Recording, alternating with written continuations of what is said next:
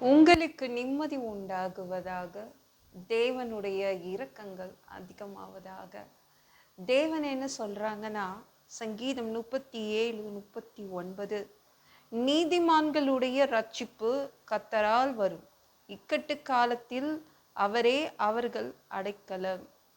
உங்களை காப்பாற்றணும்னா உங்க ரட்சிப்பு, உங்களுக்காக வைக்கப்பட்டிருக்கிற ஒரு ரட்சிப்பு தேவனால் வரும், கர்த்தரால் வரும். உங்களை காப்பாத்துறதுக்கு தேவன் வருவாரு. நம்ம ஹீரோ இயேசு வருவாங்க. அவரால் உங்களை காப்பாற்ற முடியும். அவர் எந்த நேரமாக இருந்தாலும், அது நீங்க எங்க வசித்தாலும் அவர் உங்களை காப்பாற்றுவாருங்க. அவர் இயேசு ஒன்றும் சாதாரண மனுஷன் இல்லை. 2000 வருஷத்துக்கு மேல அந்த உடம்ப வச்சு, மனித உடம்ப வச்சுதான் இன்னும் வாழ்ந்துட்டு இருக்காரு. அவருக்கு தெரியும் உங்க கஷ்டம் என்னன்னு தெரியும், உங்க வேதனை என்னன்னு தெரியும், உங்க நஷ்டம் என்னன்னு தெரியும். அவருக்கு தெரியும். அதனால அவர் உங்களை காப்பாற்றுவாரு. இக்கட்டு காலத்தில் அவர் உங்களுக்கு அடைக்கலமாக இருப்பார், பாதுகாப்பாக இருப்பார். சரிங்களா? இயேசுவால் செய்ய முடியாததுன்னு ஒன்றுமே இல்லை. அவர் வருவாருங்க. இது என் போதாத காலம், வேண்டாத காலம் இல்லைங்க, இது நல்ல காலம். இயேசு வந்தா அது ரொம்ப நல்ல காலம் நம்மளுக்கு. அவர் வந்தாருன்னா அவரை நம்மளை காப்பாற்றுவார், ரட்சிப்பார். அப்போ அது நல்ல காலம், போதாத காலம் இல்லை, வேண்டாத காலம் இல்லை, ரொம்ப ரொம்ப நல்ல காலம். இயேசு நம்ம பக்கத்தில் நம்மளை காப்பாற்றுவார். அதனால் பயப்படாதீங்க. என்னங்க டாக்டர் காப்பாற்றலையே, என்ன பண்ணுறது? இயேசு பெரிய டாக்டர், அவர் உங்களை காப்பாற்றுவார். என்ன மாதிரி வியாதியாக இருந்தாலும் பயப்படாதீங்க, இயேசு உங்களை இன்னைக்கு காப்பாற்றுவாருங்க. ஆனால் நீங்கள் அவரை நோக்கி கூப்பிடணும். என்கிட்ட நிறைய பணம் இருக்குங்க, நான் அதை வச்சு நான் என்னையே காப்பாற்றிப்பேன். பணத்தால் செய்ய முடியாததை இந்த ஹீரோ இயேசு உங்களை காப்பாற்றுவாருங்க. அவரால் எல்லாமே உங்களுக்காக செய்து கொடுக்க முடியும். நீங்கள் அதை நல்லா உணர முடியும். நம்ம இயேசு மாதிரி யாராலையும், எந்த மனுஷனையும் அவர் காப்பாற்ற முடியுங்க. ஒரு நாள் மொர்தெகாய் அந்த நாட்டு சட்டத்தை பார்த்து பயந்துடுறான். திடீர்னு ஒரு புதிய சட்டம் போடுறாங்க, பயந்தே போயிடுறான். இது என்ன சட்டம்? என்ன சட்டம்னா, யூதர்கள் சாகடிக்கணும், ஒரு டேட்டை போட்டு வச்சுருக்காங்க. மொர்தெகாய்க்கு தலை வார பிடிக்கலங்க. என்ன பண்ணுறது? ஆமான் ஒரு ஹிட்லர் தான், அப்படியே யூத இனமே சாவடிச்சணும்னு நினச்சான். மொர்தெகாய்க்கு அப்படியே கஷ்டமாக இருக்குது. என்னடா அது, இந்த மாதிரி ஒரு சட்டம் போட்டிருக்காங்களே, அந்த டேட்டில் நம்மளை சாவடிச்சிருவாங்களா? நல்ல ட்ரெஸ் போட பிடிக்கல, சாப்பிட பிடிக்கல, தூங்க பிடிக்கல, உட்கார பிடிக்கல.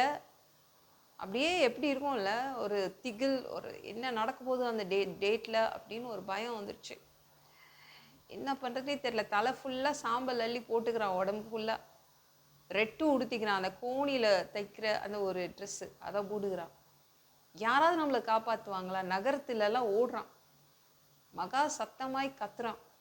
திடீர்னு தோணுது, அதான் நம்ம பொண்ணு இருக்காளே எஸ்தர் ராணி, அவள் காப்பாற்ற முடியுமா? அவள் போய் ராஜா கிட்ட போய் பேசினா தேவன் நம்மளை காப்பாற்றுவார் அவள் வழியா அப்படின்னு நினச்சான். ஆனால் உண்மையாகவே மொர்தெகாயை காப்பாற்றியது யாருன்னா தேவன் தான். 3 நாள் இவங்க உபவாசம் இட்டு அவங்க போய் தேவனுடைய பாதத்தில் உட்கார்ந்தாங்க. தேவன் காப்பாற்றினார்.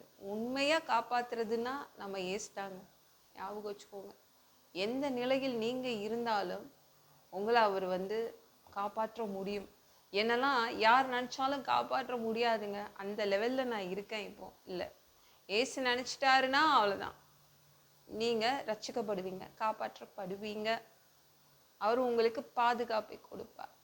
இந்த வீடியோ பிடிச்சிருந்துச்சுன்னா மற்றவங்களுக்கும் ஷேர் பண்ண மறக்காதீங்க. கர்த்தர் தாமே உங்களை ஆசீர்வதிப்பாராக. ஜெபம் பண்ணலாமா? அன்பு பிதாவே, உங்கள் பிள்ளைங்க உங்கள் பாதத்தில் வந்திருக்காங்கப்பா. சாமி இரக்கம் செய்யுங்க, இறங்குங்க அப்பா.